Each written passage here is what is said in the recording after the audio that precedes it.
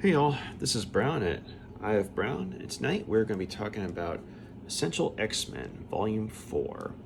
This particular collection contains several stories that would go on to become rather iconic in the X-Men continuity, and it also introduced readers to several new characters.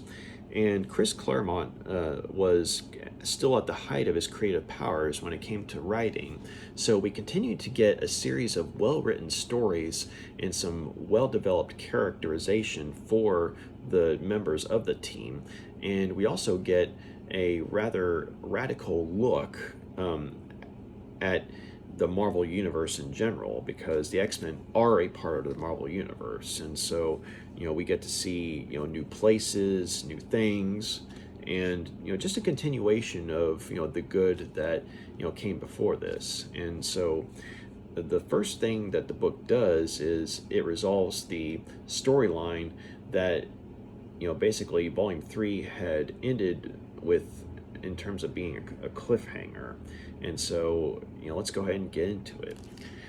So what ended up happening initially was that the X-Men and Lilandra and Carol Danvers had been set up by the Brood, which are a nasty, race of aliens. I mean, imagine the xenomorph, from the Aliens movies, or I should say the Alien movies, except, with more, I guess, visibly, a more visibly bug-eyed appearance, right?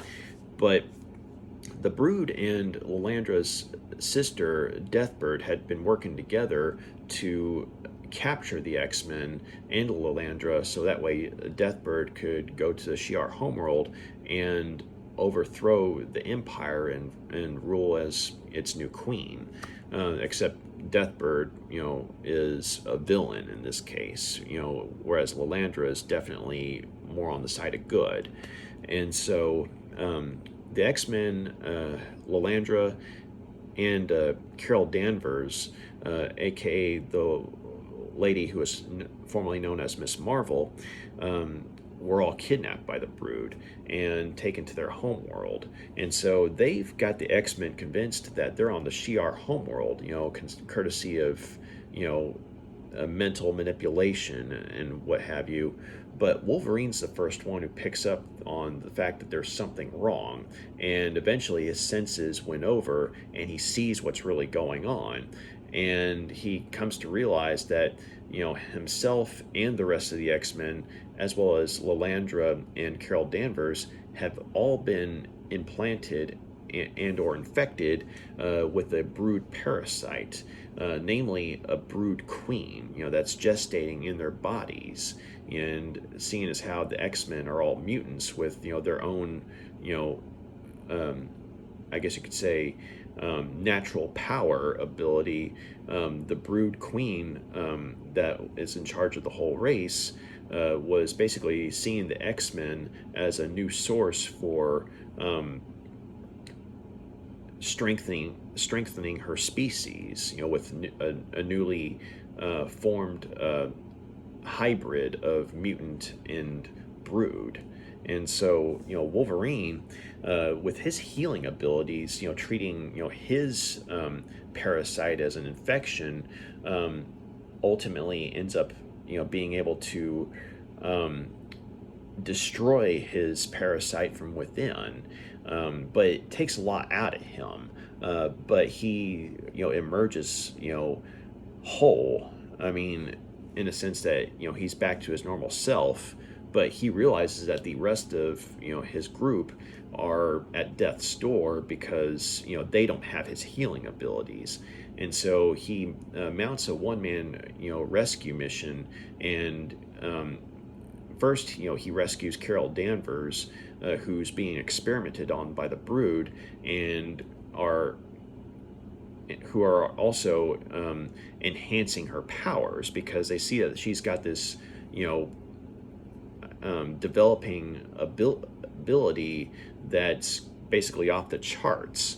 And so even though her original powers were taken by Rogue, as recounted back in Volume 3 of Essential X-Men, she still, on a genetic level, has Kree DNA, as well as some form of abilities that are manifesting and growing. And so with the Brood tampering with her, they increase her power several times over, to a point where when Wolverine is able to destroy the machinery that's keeping her captive, she comes out, literally with the power of a star, and she changes her name to Binary, because that's how she sees herself, as like essentially a binary star. And so the two of them, they've actually worked together in the past, as agents of the military, and so as professionals, they are able to mount a rescue mission to get the rest of the group, together. And Wolverine eventually, has to tell them that, hey, you're all going to die, because you're all infected by a Brood parasite, and as I don't know of any way, to save you guys. And so Carol Danvers, Landra, and the X-Men, at this point, they're mortified, but they make the decision to destroy the Brood queen and do as much damage to the Brood homeworld as possible, because the way they're thinking is, if they're going to die either way, they want to do as much damage to the enemy as possible. But they're actually stopped by Storm, of all people, because prior to this decision, she had sensed the Brood parasite within her and had fled the team, because she could sense its, malevolent intentions, because she's more attuned to life than, the other members of the X-Men, like on a spiritual level. And she actually took a shuttle and had almost been taken over by the Brood parasite within her, but after a fierce battle of wills, and some well-timed solar radiation, the parasite basically was batted down within, and Storm realized that she couldn't succeed in that again. And so, in terms of, say, having the mental fortitude to defeat the Brood parasite, like that first time she got lucky, but she knew that it was only a matter of time before it took her over. And so she chooses to destroy herself and the Brood within her by using her powers to overload the engines of the shuttle she's on. And sure enough, I mean, it ends up killing her and the Brood within her. But that's when she was saved by a race of giant fish-like aliens called the Acanti, who take her in. Like, literally, one of them swallows her up, and uses its own material to gradually reform her body on a cellular level, because she had been dead at that point, but they sensed that she had been in conflict with the Brood, and they realized that they had a natural enemy, because the Acanti were being enslaved by the Brood because they were using the Acanti as living starships. And they had been able to do so because they had actually captured the Acanti's leader, which was called a prophet singer. And the prophet singer of the Acanti race, once they get to a certain point in life, where basically they've reached a level of spiritual enlightenment, they're supposed to throw themselves into the sun, and basically their passing will allow for their spiritual essence and knowledge to be passed down to a new prophet singer, which is a newborn member of the Acanti race.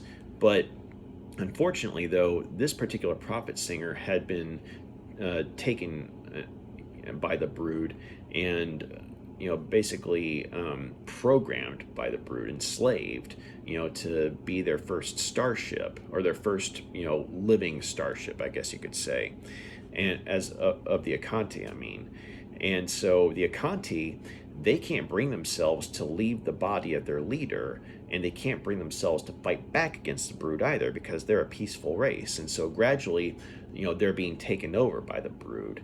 And so this one particular group of Acanti had actually been on the run from the Brood to the best of their abilities.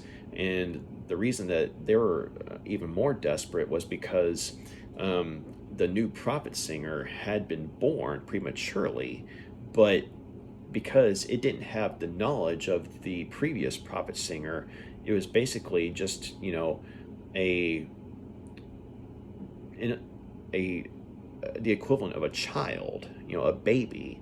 And so as the Acanti were working to restore Storm to her to a new body, like to reform her body to where she was whole again, they actually asked her to help this new prophet singer, to basically serve as a surrogate mother on a spiritual level, because she still hasn't been physically reformed yet. And so they actually are able to help her to manifest on kind of like a projection to the rest of the X-Men. And she begs them to not go on a mission of vengeance, but on a mission of mercy, because she tells them that if the soul of the original prophet singer isn't reclaimed, then the Acanti will basically be eventually wiped out as a race. I mean, because they'll be the equivalent of mindless husks, used by the Brood to, fly through space and, go to other worlds and, overrun them, using the Acanti as living starships. And so the X-Men decide to, instead of, go on a mission of vengeance, they go on a mission of mercy. And they're ultimately able to succeed, and they find the soul of the original prophet singer. Its body was still on the Brood homeworld where they were originally. And in finding the soul, several things happen, but most importantly, the purity of the prophet singer's soul ends up cleansing the X-Men of the infection that they have within them. So basically, the Brood embryos that were within them are purged, and they're back to their normal selves. I mean, no, contamination or taint whatsoever. Whereas the Brood Queen and any of the other Brood that were in the immediate vicinity of the X-Men, inside of the body of the prophet singer, are turned into these sort of crystalline statues. And also, Carol Danvers had used her powers, her newly increased powers as binary, to basically effect a transfer of the prophet singer's original soul into the body of the new one. But in so doing, she basically had tapped into the energy of the Brood homeworld itself. And so once the soul has departed from the Brood homeworld and into the body of the newly born prophet singer, the Brood homeworld starts to fall apart. And so Carol Danvers, she realizes that there is a limit to her power, because now she's basically maxed out, kind of like Wolverine had been after his healing factor had killed the Brood embryo within him. So it's interesting how Wolverine and Carol Danvers both find that they have a limit to their abilities and what have you. But as the world's falling apart, Kitty Pryde is left with a sense of sadness, because while she's happy that the X-Men have been not only survived this experience and have helped to save another race, she had actually made friends with this interesting dragon-like alien that she came to call Lockheed. And Lockheed is a small creature that literally looks like a dragon, but it helped her when some of the Brood had been chasing her earlier, and she had been separated from the rest of the X-Men. And like a dragon, it literally set them on fire and saved her life.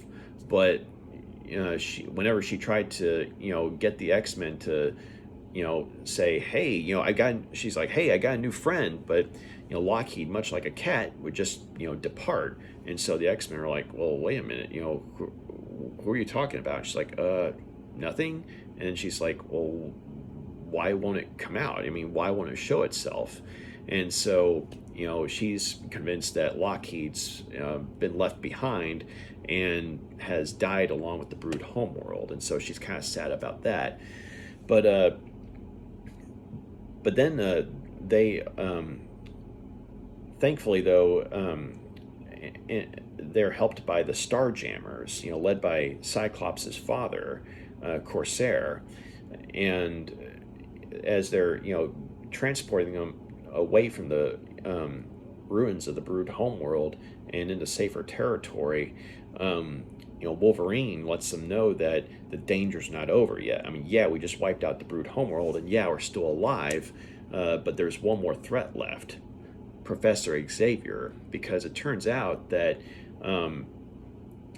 in their previous encounter with the Brood, Professor X had been kidnapped, or had been taken by the Brood and implanted with an embryo of a Brood queen, and this was before the rest of the X-Men had been implanted in this particular encounter. But the reason being was because the Brood queen, originally had wanted to use Professor X to find a younger generation of mutants to use as hosts for more embryos, and would be like these newfound hybrids of Brood and mutants. And so that would be the New Mutants. And so while Professor X was consciously trying to find the students who had become the New Mutants, in order to help them on an unconscious level, he was being manipulated by the Brood the whole time. So that's where the New Mutants came into play. And so once the X-Men and the Starjammers get back to Earth, the X-Men meet the New Mutants for the first time and vice versa. And unfortunately, the Brood queen within Professor X has fully taken over at this point. And after a rather epic battle, Professor X, the Brood Queen's destroyed within him, but his body's basically ruined. And so, the Starjammers, they say that they might be able to actually use a medical procedure to create a new cloned body for Professor X, but the success is, not guaranteed. But thankfully, they're able to, work it out and create a new body for him, one that's Brood free and can walk. But unfortunately, though, Professor X, in his time in a wheelchair, had been using his powers to suppress the pain of his shattered legs, and he had basically gotten used to doing that over the years. So when he has this new body that's capable of walking, even though he shouldn't be experiencing pain, he gets hit with these, phantom pains on such a level that he's almost incapable of functioning, as a leader of the team.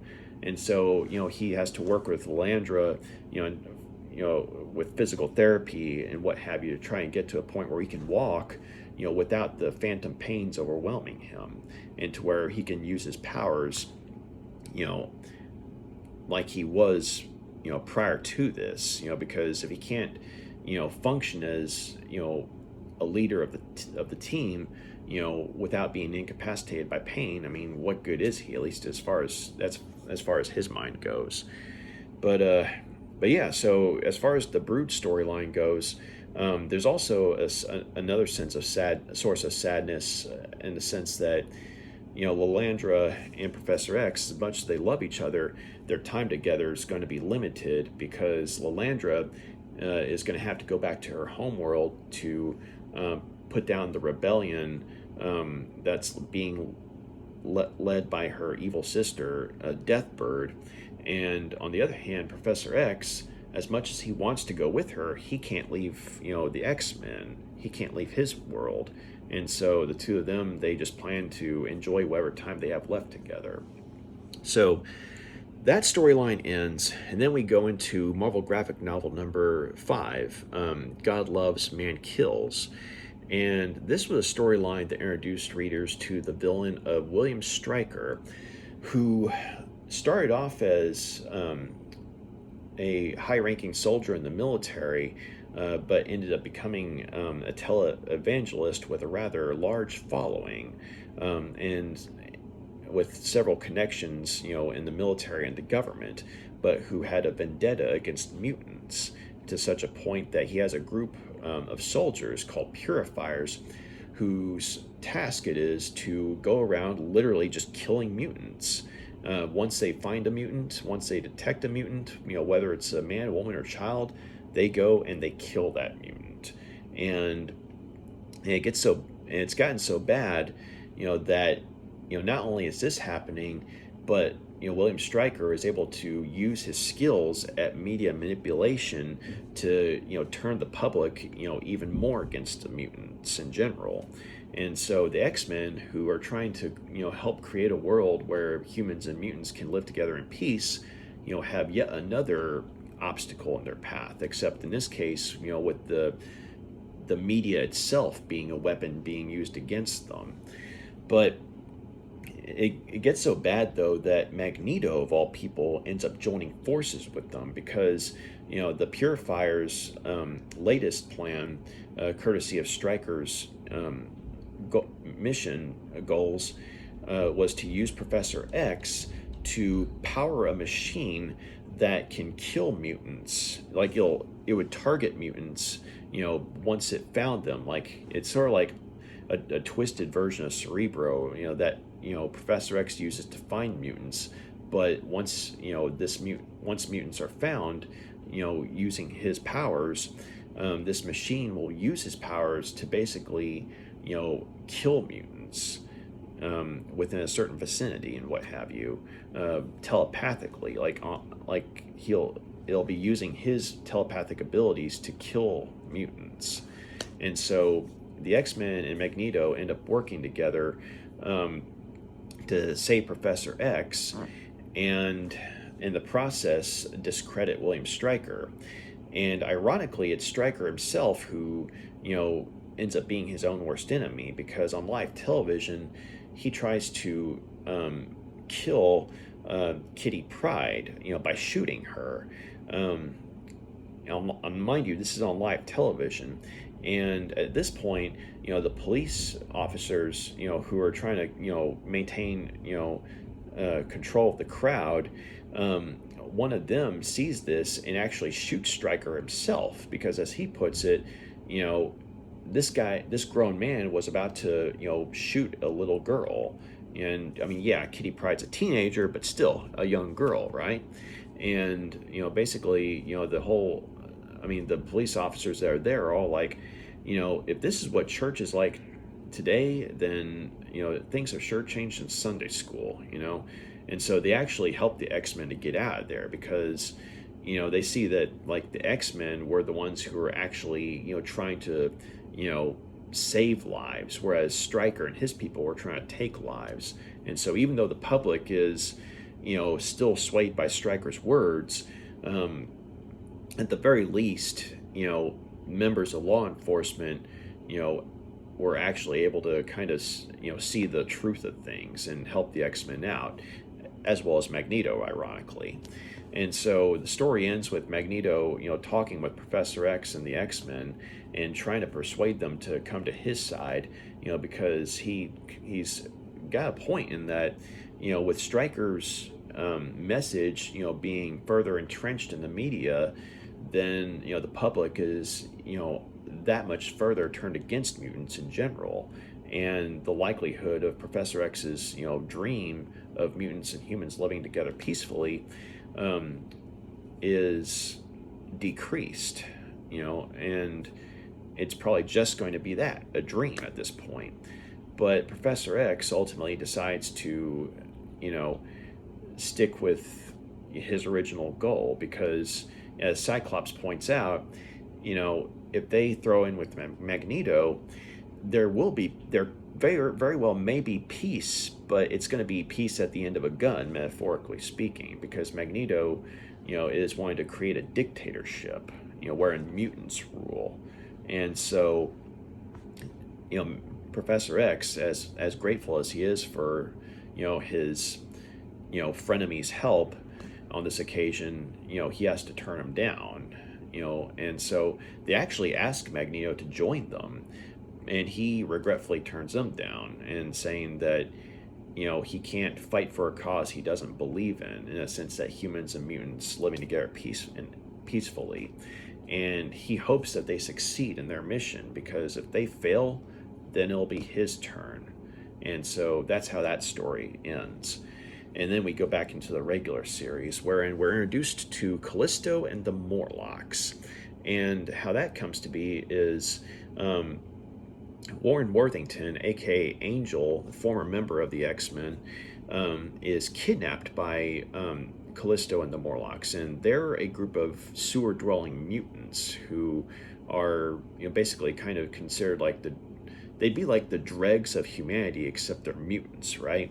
And they have this whole society living underground. And Callisto, the leader of this group, had wanted to claim Warren for herself, because he's a mutant, and yet many mainstream publications, like People and Times, they see him as like one of the most beautiful people on the planet, and money probably had something to do with that too. He's rich and successful and everything, but he's a handsome chap, right? And so Callisto, she sees herself as a queen without a king, and she has some of her people kidnap him and bring him into the sewers. And so, once the X-Men find out what's happened, they are able to follow the trail into the sewers, which is bad news for Storm because she's claustrophobic. But they, and once they come into conflict with the Morlocks, I mean, this group of X-Men is unfortunately defeated, but at the same time, they're still left with a window of opportunity, but they can't use that opportunity, because if they do, there's a chance that Warren could be killed. And so Storm basically takes it upon herself to challenge Callisto, because only because if the leader of the Morlocks is defeated, then whoever's in charge can lay down the law as they see fit. And so Storm and Callisto, they end up fighting to the death. And Callisto, warns Storm not to use her powers, because if she does, then Warren will be, killed on the spot by one of her people. And so, Storm is actually able to defeat Callisto, although Callisto does, get a couple of cuts on her, because they're fighting with knives, mind you. But Storm's able to use her cape as a sort of makeshift net and, tangle up Callisto's knife arm, and she herself stabs Callisto in her heart. And this terrifies, the other X-Men, because they think of Storm as someone who loves life and doesn't like killing. And sure enough, I mean, Storm doesn't like killing, but at the same time, this isn't the first situation she's been in where she's had to do something that drastic. And so thankfully, though, one of the members of the Morlocks is actually a healer. And so he uses his mutant abilities to heal Callisto to a point where a fatal wound becomes a grievous wound to a mending wound. And so she's going to be incapacitated for a few days. And Storm is now the leader of the Morlocks. And she, makes it clear that she's not going to stay there, but she will, rule them as their leader, from afar. But she basically orders them to not go after, surface dwellers, not to attack anyone, or not to try and kidnap anyone. And so with that being done, the X-Men go back to the surface, and Storm is left rather shaken, by this newfound change that she's been going through, because she is someone who doesn't like to kill, and yet she picked up something of a thrill from the experience, sort of rebelling against her own nature in a way. But she's also disturbed by this, but she also realizes that she was in a situation where she had to do that. And the X-Men, they understand it to a point, but they're still unsettled by, what happened. In the meantime, though, they're shortly joined by a new member, Rogue, of all people, who was an enemy of theirs back in Volume 3.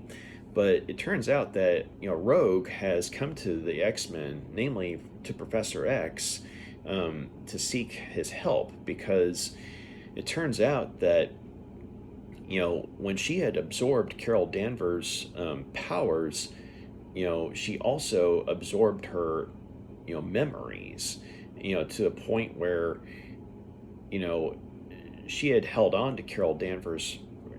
She had maintained physical contact with her for so long, that she absorbed, not just her powers on a permanent level, but her memories, her life, to a point where she can no longer determine, what's real, her memories or Carol Danvers, or where one ends and where the other begins. And, she had tried to, get help from, the newly formed Brotherhood of Evil Mutants, which she ran with, because, she was kind of like the foster daughter of Mystique, the shape-shifting leader of the Brotherhood of Evil Mutants, right? But they couldn't help her, though. And so in desperation, she turned to the X-Men, even though they're her enemies. And so Professor X, I mean, he understands what's going on. I mean, just as a telepath, right?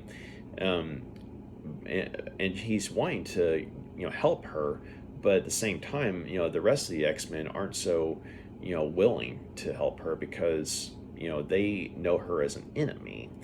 But then again, they end up giving her a second chance, because, the way they see it,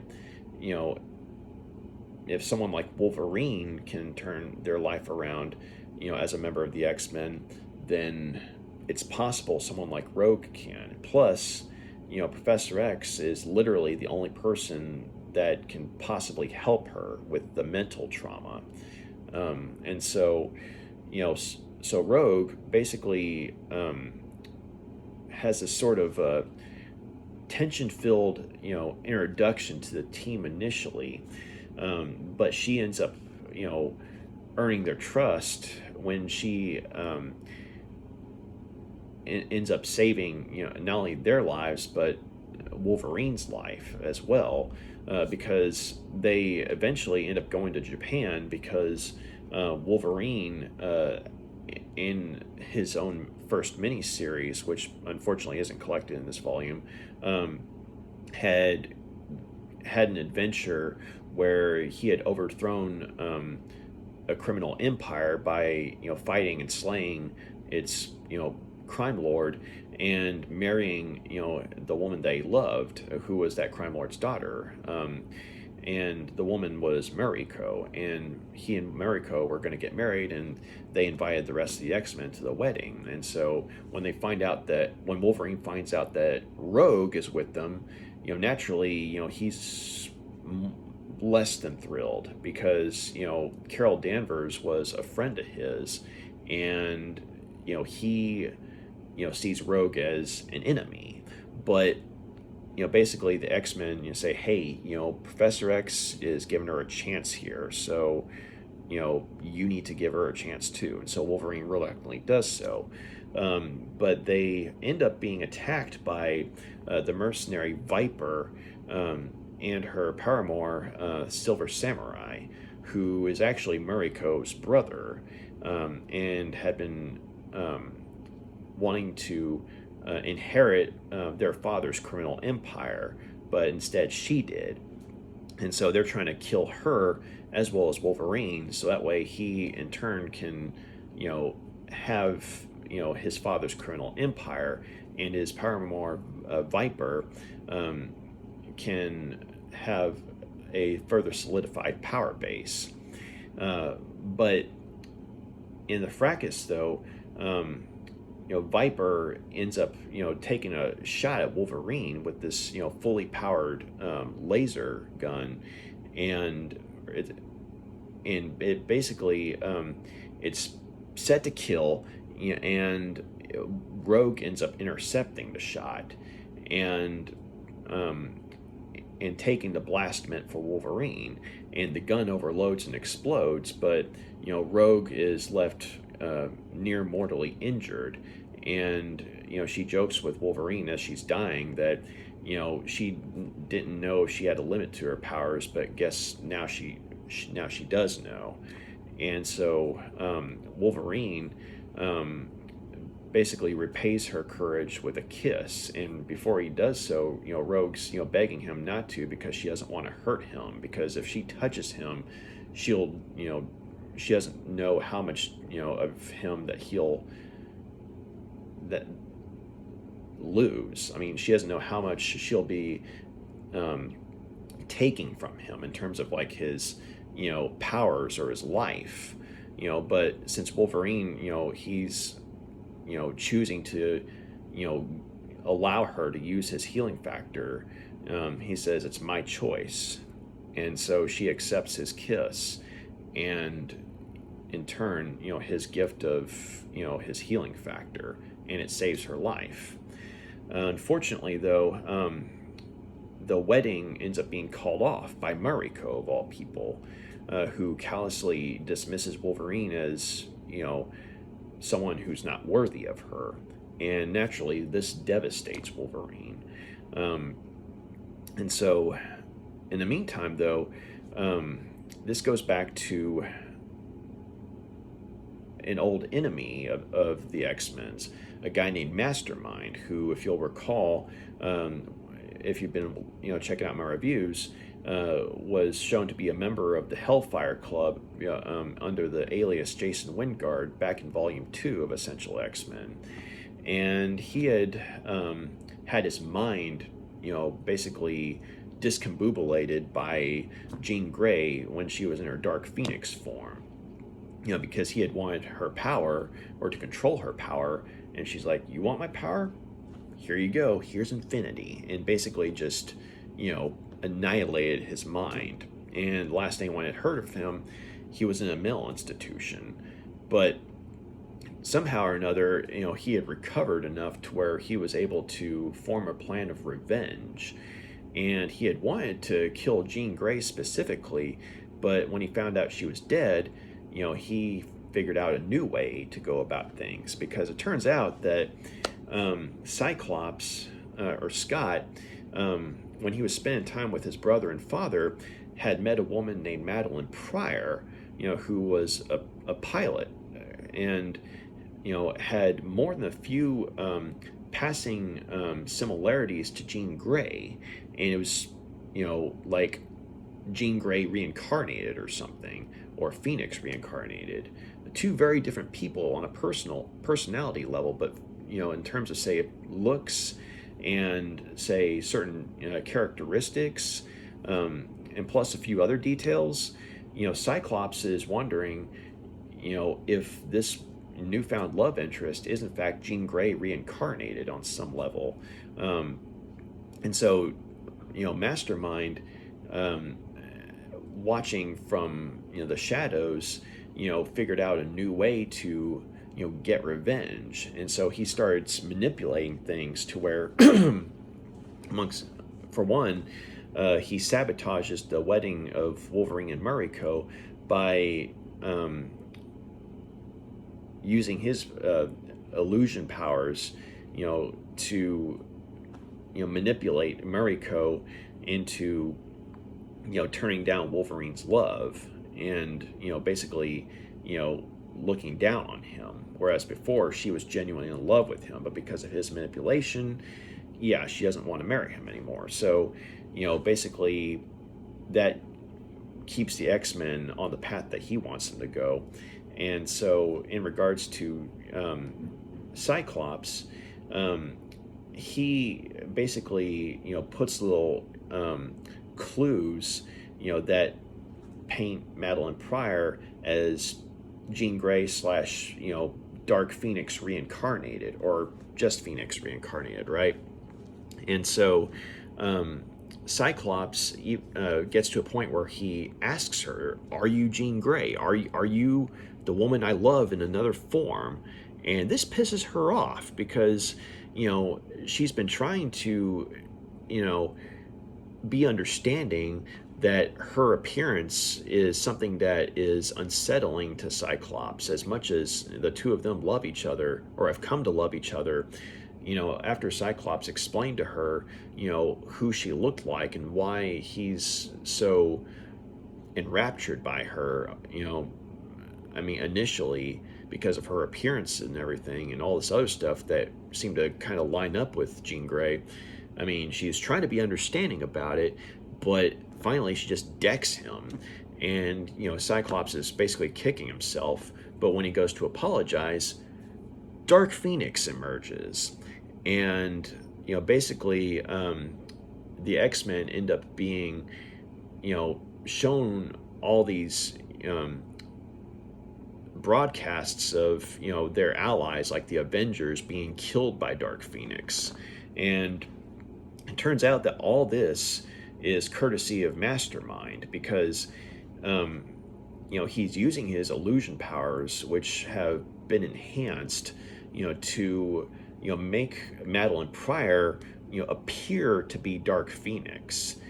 And then eventually when Cyclops catches on as to what's going on, he manipulates the X-Men's perceptions to make it look like Cyclops is Dark Phoenix. And so they start attacking him when he's trying to say, "Hey guys, she's not Dark Phoenix, it's Mastermind."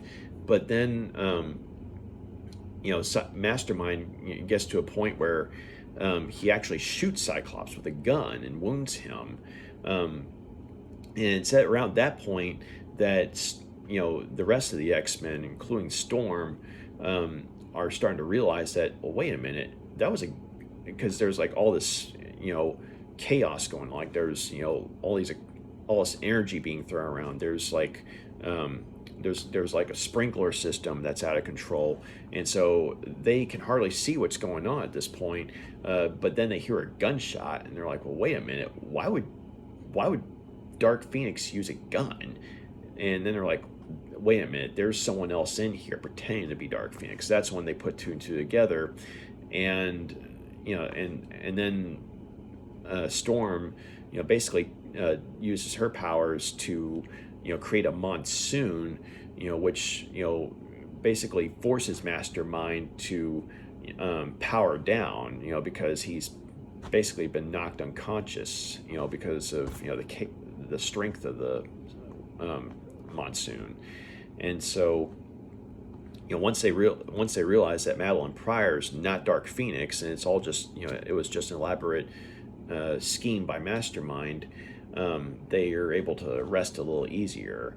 And so it's shortly thereafter that Cyclops and Madelyn Pryor end up, getting married, tying the knot. So one wedding didn't work out, but then another one took its place.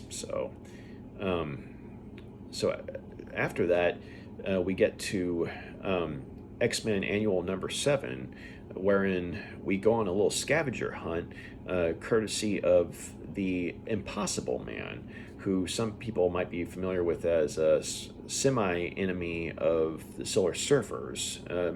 Maybe kind of like an imp frenemy, maybe, but he's basically like a shapeshifter, who is able to pop from one place to another, like teleportation, right?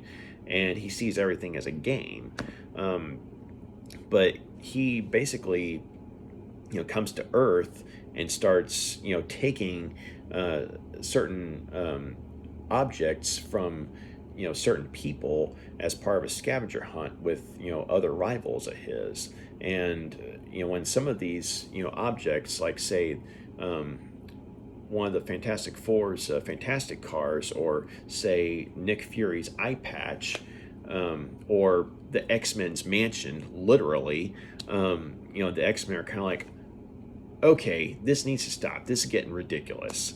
And so eventually, the Impossible Man's rivals come into play, and they're about to declare all-out war on the Impossible Man, as well as his compatriots, aka the X-Men. Even though the X-Men are not his compatriots, they're just like, hey, we're just trying to get our stuff back and restore everything else to their rightful places. And so Lilandra is actually able to use her diplomacy to basically make the Impossible Man's rivals back down, because she's like, you guys do recognize me, right? And they're like, yeah, we know who you are. You're basically the leader of the Shi'ar Empire, one of the most powerful empires of the galaxy, right? And so she basically points out that the X-Men are under her protection, and therefore under the protection of the Shi'ar Empire.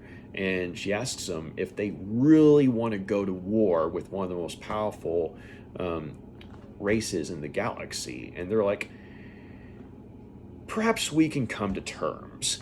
And so basically they settle things by judging who had the coolest bits of loot for the scavenger hunt.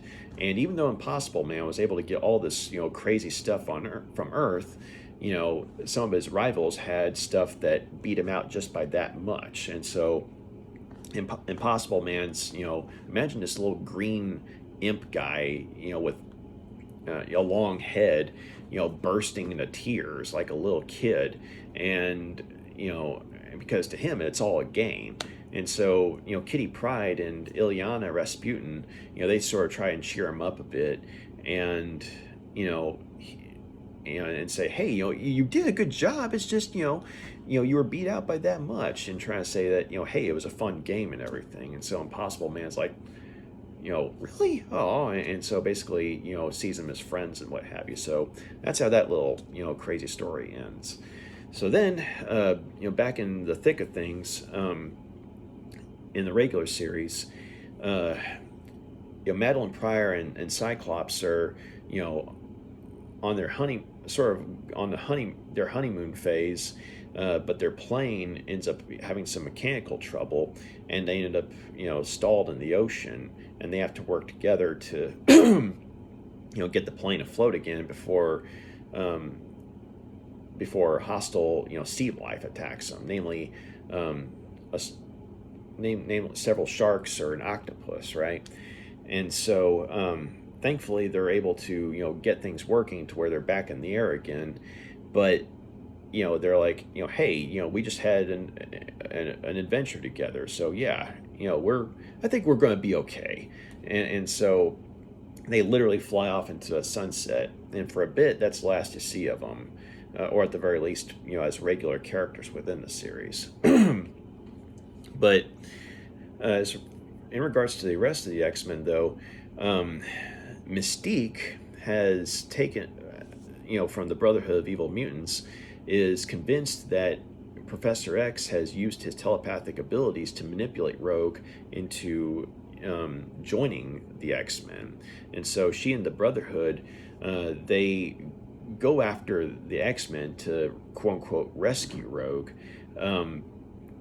And after a fierce battle, Colossus, of all people, is gravely wounded because he's been superheated by the pyrokinetic mutant Pyro, and then in turn has been hit with liquid nitrogen, courtesy of the mutant avalanche blowing up these liquid nitrogen tankers that are in the vicinity. And so Colossus is literally like flash fried / flash frozen. And Kitty Pryde, she is trying to find some way to get to the Fantastic Four's headquarters, because she remembers that Reed Richards had some equipment that could help with something like this.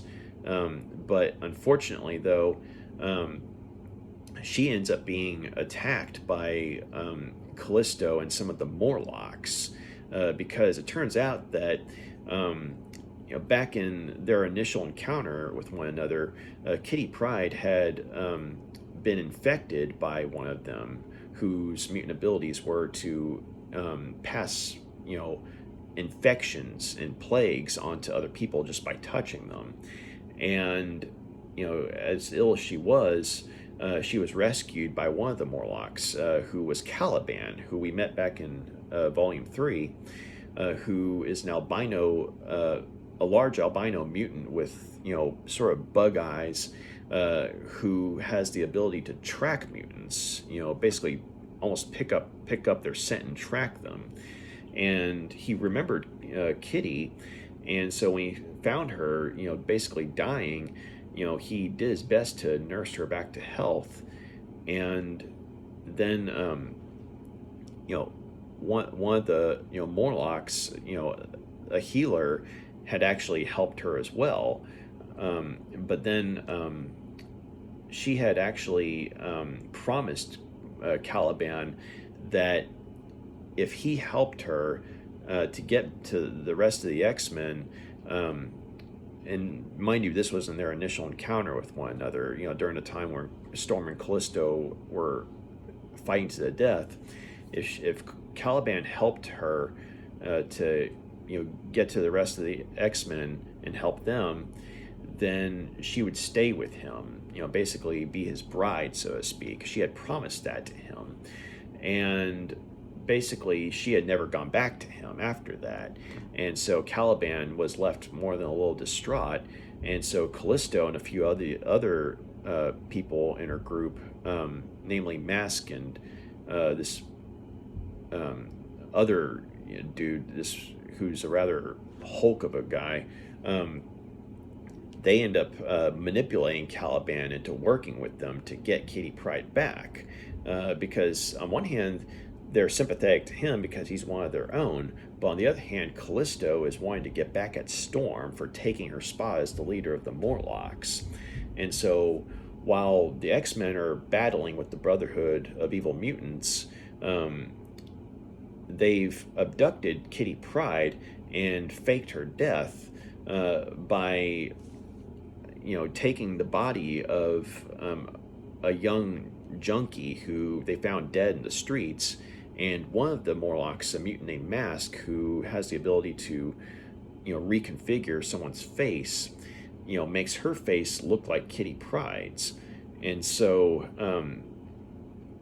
when the X-Men, when their battle with the Brotherhood of Evil Mutants comes to an end, courtesy of Rogue and Mystique finally having a heart-to-heart, and Rogue, flat out telling her foster mom that she went to the X-Men of her own free will, Mystique, reluctantly stands down, but she makes the X-Men an offer, that, the life of Professor X, whom she's holding hostage, and she had incapacitated, with a gun, that and a device that she had used to mask her signature to his telepathy. She was holding him hostage and saying, simple trade, X-Men, your mentor's life for the freedom of my team. And so, reluctantly, the X-Men, let the Brotherhood walk, but Destiny, the all-seeing, seer of the Brotherhood, she warns the X-Men that they need to go to the Baxter building where the Fantastic Four's headquarters is, because Kitty Pryde's lifeline ends there and she can't see anything past that, and she tells the X-Men to ignore her at their peril. And so they go to the Baxter building and they find the body of Kitty Pryde, after it's been taken to a morgue, I should say. But Wolverine's able to tell that this isn't her, because of the smell, right? And so they sense that, with his sense of smell, they're able to determine that, the real Kitty Pryde had been taken into the sewers, into where the Morlocks are. And, they go down there to rescue her, and, Kitty Pryde, once she's, come to and everything, and she sees Caliban and Callisto, she's reminded that she gave her word that that she would stay with them, that she would stay with Caliban, if he helped her and the other X-Men in their last encounter with the Morlocks. And, Kitty, is basically desperate at this point because, she had been trying to get to the Baxter building to get one of Reed Richards', piece of equipment to, save Colossus.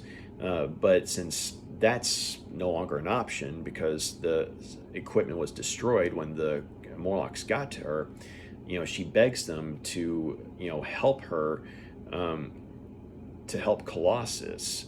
And because she knows that, one of them is a healer, and, she's begging them to, have that healer, help Colossus.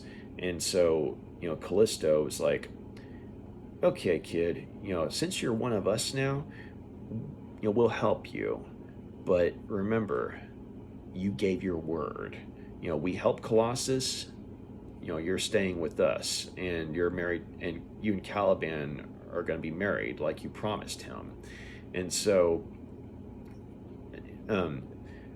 so she leads the healer, Callisto and Kitty. They bring the healer, to the X-Men and to the frozen body of Colossus, and through a joint effort of the Morlock healer and Rogue, basically absorbing Colossus's energy, so that way he won't be overwhelmed by the pain once he reverts to his organic form, with Professor X helping her, because without his telepathic strength to ease the pain of the transformation from organic to wounded metal, she would be overwhelmed, right?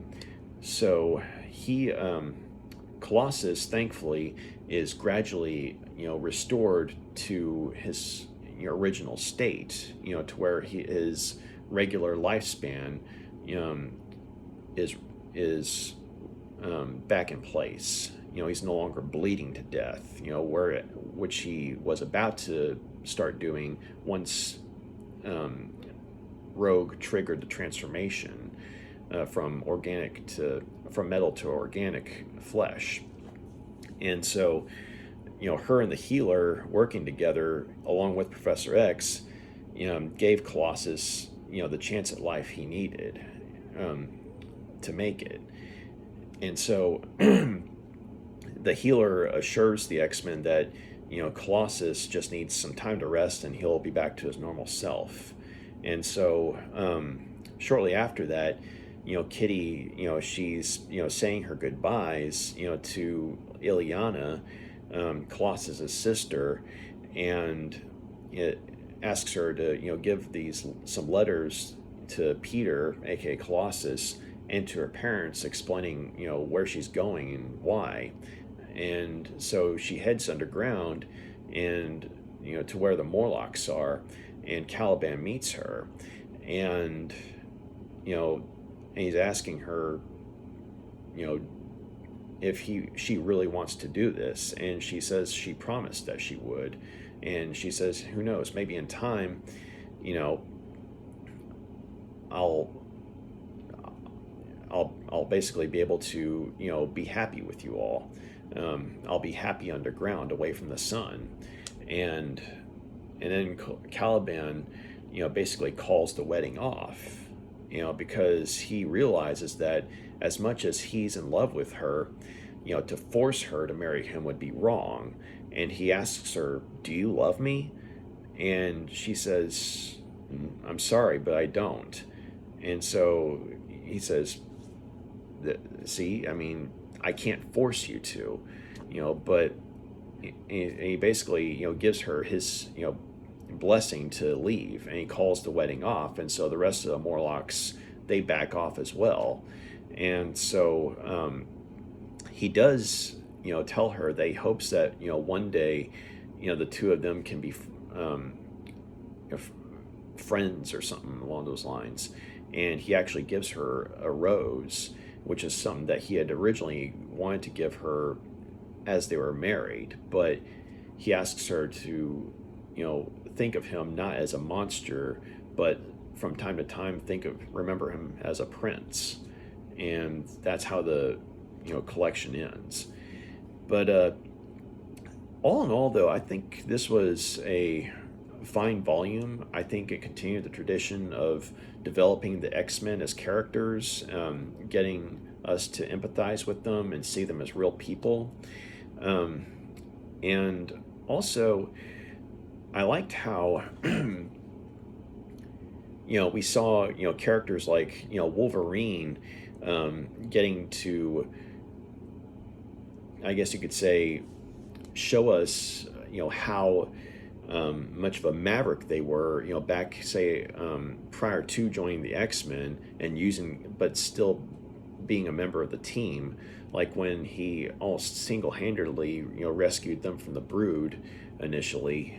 But I also liked seeing how we were kind of being given the groundwork of Wolverine being seen as something of a failed samurai, which is what Chris Claremont and Frank Miller described him as when they worked together on their own series. But even though that particular miniseries isn't collected in this volume, the development is being put into place, with how we see Wolverine being the one to lead the charge against the Brood initially, and being put in a position where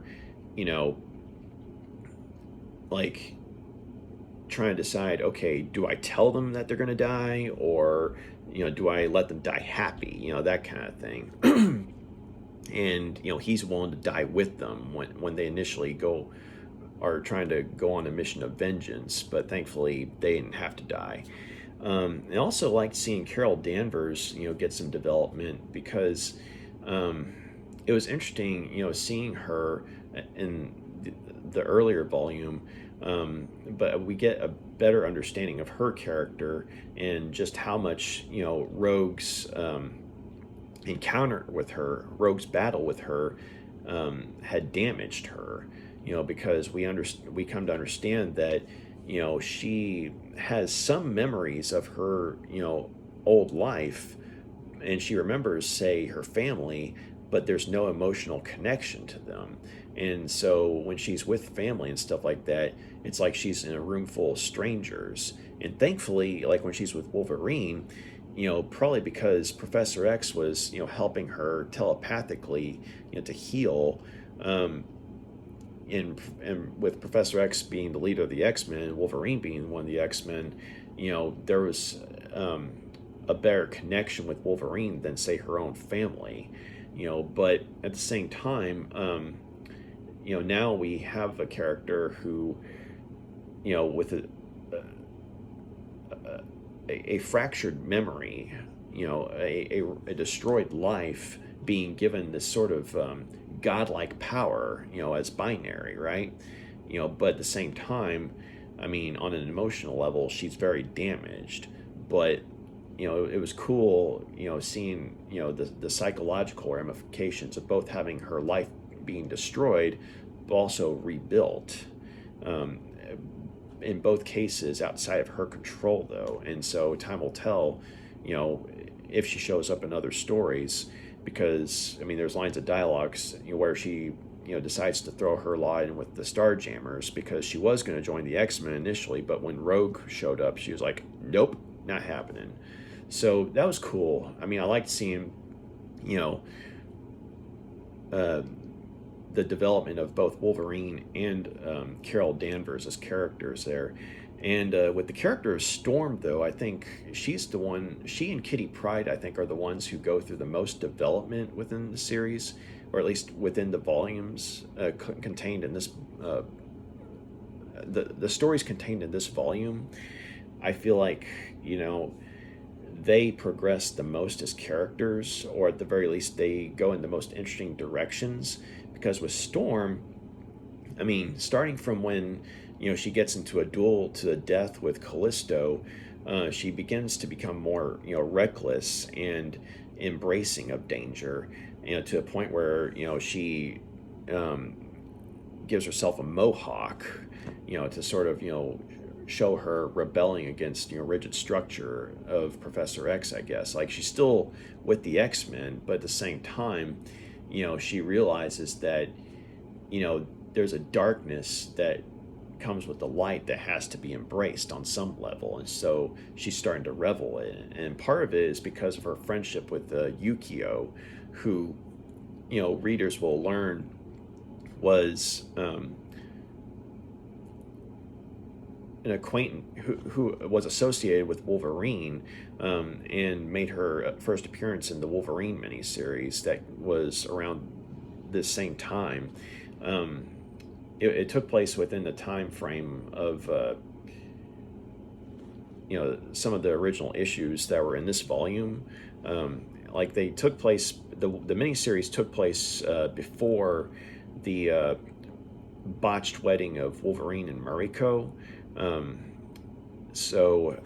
There's some lines of dialogue that refer to that, but Yukio was introduced there. But she and Wolverine had something of an affair prior to Wolverine and Mariko's wedding, before it was sabotaged by Mastermind. But something happened, which I'll cover when I talk about the Wolverine miniseries, where Wolverine basically sees her as kind of an enemy, but one that he owes his life to, more or less. And so she's trying to restore her, I guess. She's trying to show Wolverine that she can still be a part of his life, or she's trying to prove that he still wants her, needs her, by helping the X-Men in the regular series at this point. And that's how she ends up becoming friends with Storm. But their friendship, it basically feeds that part of Storm that desires chaos, and embraces the dark energy that comes with the balance of light. And it's interesting seeing that being brought out by the friendship with this rebellious woman that's Yukio, and seeing how it changes Storm. Whereas with Kitty Pryde, we definitely see her mature as a character, because she's still just a teenager, right? And age-wise, yeah, she should definitely be with the New Mutants instead of the X-Men, but because she's proven herself so often, there's a reason that she's on this team, and we accept that, her place there. And but she definitely matures, though, on a mental level, when she realizes that when she gives her word on something, she needs to keep it, and she can't just give her word or make a promise and not think about the ramifications. And so when, the last story comes in here, she comes to fully understand that. So, she was going to, live up to her end of the bargain this time, but it was only when, Caliban had a change of heart and recognized that, forcing her to marry him would be wrong. I mean, but otherwise though, I mean, Kitty Pryde, she's definitely matured as a character, and she's kind of like, she has an adult mind in a kid's body or a teenager's body, and so it's an interesting type of characterization for her. And also Cyclops, he gets some good development too, and I liked how he's still recovering from the loss of Jean Grey, and to be confronted by a woman who may well be her in another incarnation, I mean, is something that rocks his world. And as readers, I mean, we understand why. And we're wanting Madelyn Pryor to be her own person. We're not wanting her to be the Dark Phoenix or Reborn, or Jean Grey Reborn. And thankfully, as far as we know, she's definitely not the Dark Phoenix, as was demonstrated here with the Mastermind plot. And as far as we know, she's not Jean Grey in another form. So for this point in time, Madelyn Pryor, in the short amount of time that she's been in the book, she makes an impression as a likable character. And even though she looks like Jean Grey, she's determined to prove that, hey, I'm my own person. Just because I look like this lady who went crazy and tried to conquer, destroy the universe, I'm me. I'm not her. And I liked seeing Cyclops, get to a point where he finally accepted that, like he's always going to be haunted by the memory of Jean Grey, but he comes to see Madelyn Pryor as her own person, which, she is her own person. And I liked the idea of them going off into a sunset together. And I know that, as the series went on over the years, a lot of things changed after that.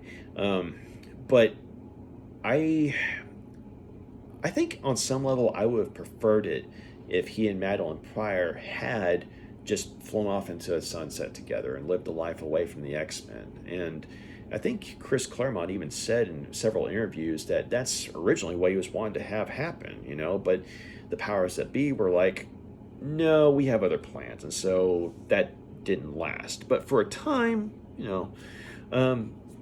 but yeah, that last shot of them in the book together flying off into a sunset, it's a nice shot and it feels earned, and also I liked the introduction of Lockheed, the dragon, which I forgot to mention. He does show up again after the Brood storyline. He actually ends up saving Kitty Pryde. I think I forgot to mention it, but he ends up saving Kitty Pryde because he actually stowed away with the X-Men, and these rogue spider-like alien bounty hunters that had been introduced in the initial Brood storyline had lain dormant at the X Mansion and had basically come across Kitty and nearly killed her, but then Lockheed had ended up saving her life, and the two of them worked together to destroy them. And so it was cool seeing Lockheed be introduced because he looks like this cute little dragon, but he's someone who not only is powerful with basically the power of a dragon, right, the flames and everything, but he's almost like a cat in terms of personality. And so you have this powerful creature that acts like an earthborn animal almost, and he and Kitty Pryde they form like a nice little friendship. And so anytime he shows up in the book, his presence is welcome. And he eventually in the New Mutants series, like he ends up befriending Illyana as well. So but for the purposes of this X-Men book, I mean Lockheed is Kitty's best friend here. But he's such a cool character, though. And he's just a dragon with the personality of a cat, it seems like. If you own a cat, you know what I'm talking about. But yeah, it just, little things like that, I think, just further add to, the lore of the series and, the Marvel Universe in general, all these fascinating creatures and characters. And also, Rogue being brought into the fold here. I really liked seeing that because, the exposition we got of her in Volume 3, we saw someone that, yeah, she was evil, but it was only in the sense that she was with the Brotherhood of Evil Mutants, but she wasn't someone that was happy about what she did to Carol Danvers. I mean, she was someone who regretted that. And then here we see that in full swing. And, she, ends up basically reforming and becoming a force for good, But we see that, and she's had to, experience what the consequences of her actions, and she's desperate to prove herself to this new team, to the X-Men, and I liked seeing her interplay with people like Wolverine, and their growing respect for one another. And also it was kind of bittersweet when she and Mystique had their little showdown, when she basically just lays it all out and tells her exactly what was going on. And it's like we see a mother and foster daughter having a much needed conversation and getting a sad form of closure, and so it was stuff that kind of hit home with her character.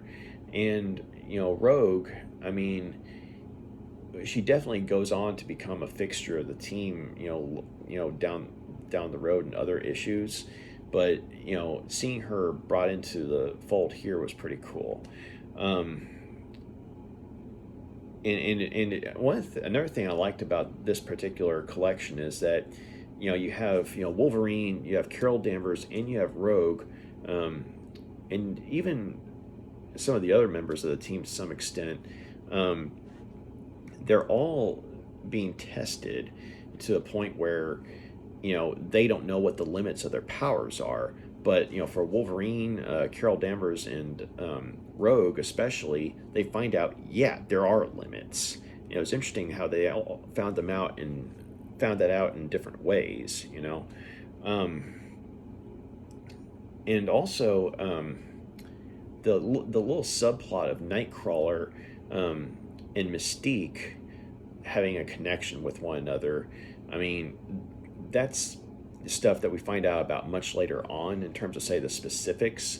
But you have it coming from both perspectives. I mean, you have Nightcrawler, talking about it with his gypsy girlfriend Amanda, who's a sorceress herself.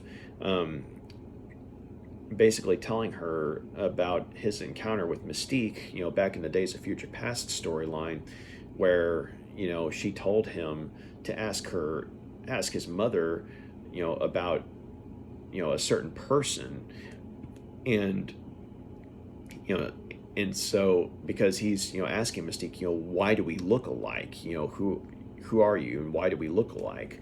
And she told him to, ask his foster mother, ask her about so and so. And he's talking with Amanda about this, and it was interesting because we get the idea that there's definitely some family baggage that Amanda, neither Amanda nor Nightcrawler's foster mother are wanting to open up, because it's gonna open up a lot of pain, right? But Nightcrawlers need to know, okay, why do Mystique and I look alike? Who's this person that she's wanting me to ask about?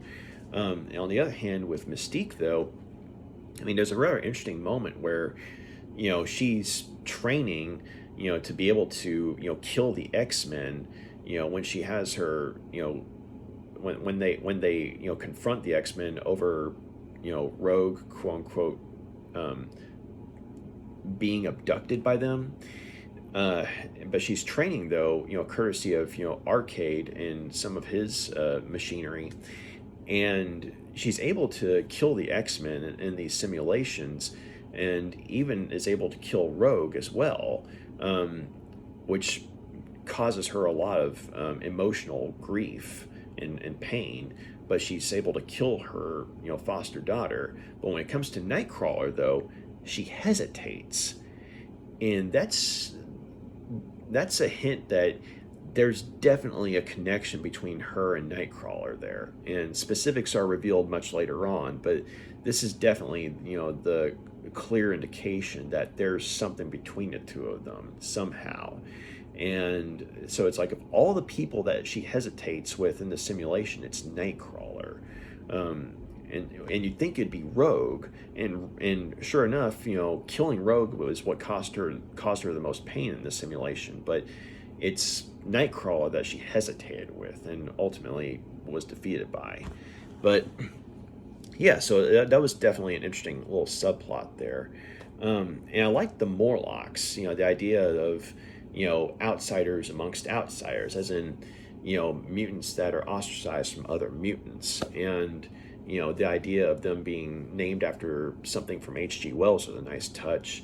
And Callisto was an interesting character. I mean, someone who comes across as antagonistic and is antagonistic, but you get the idea that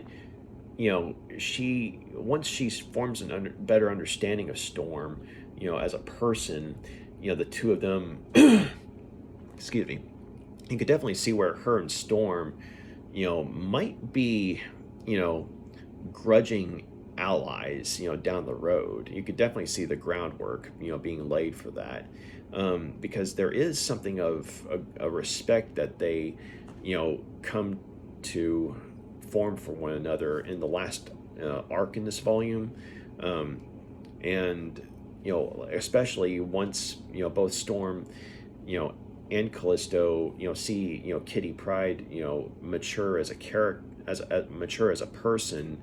They come to respect her, and also they both come to see that they both care about her in their own way, and so they sort of look at each other like, maybe you're not so bad after all, that kind of thing. So it's interesting seeing that little dynamic, between Callisto and Storm, because like they're definitely enemies at first, and they're not exactly friends by the time the stories end in this volume. But at the same time, there is like, okay, there's more to this person than I thought there was, that kind of thing. Yeah, and I will say that also the Impossible Man story, tonally, it might have been at odds with the rest of the stories in this volume, but at the same time, it was a fun story though, and it was it was funny to see all these ridiculous things happen, and the X-Men trying to keep a straight face of it all, regardless of how crazy things get. And so it was also funny seeing certain other characters of the Marvel universe show up and being victims of the Impossible Man's scavenger hunt, or at the very least have their property stolen by him for a scavenger hunt. So yeah, I mean the humor issue was, and I guess you could say that particular annual was considered like an all-out humor issue, even though narratively speaking, its placement in this volume does make sense. It's just that tonally, some people might be like, where does out comedy come from? That kind of thing. But at the same time, I liked it though. But okay. So the only things I could say that were problems in this book were the fact that as much as I liked God Loves, Man Kills, there didn't seem to be a spot in this particular volume where it would fit narratively speaking. Like, I mean, as a standalone thing, it's a great story. I mean, it's really cool seeing, the X-Men and Magneto work together for the first time.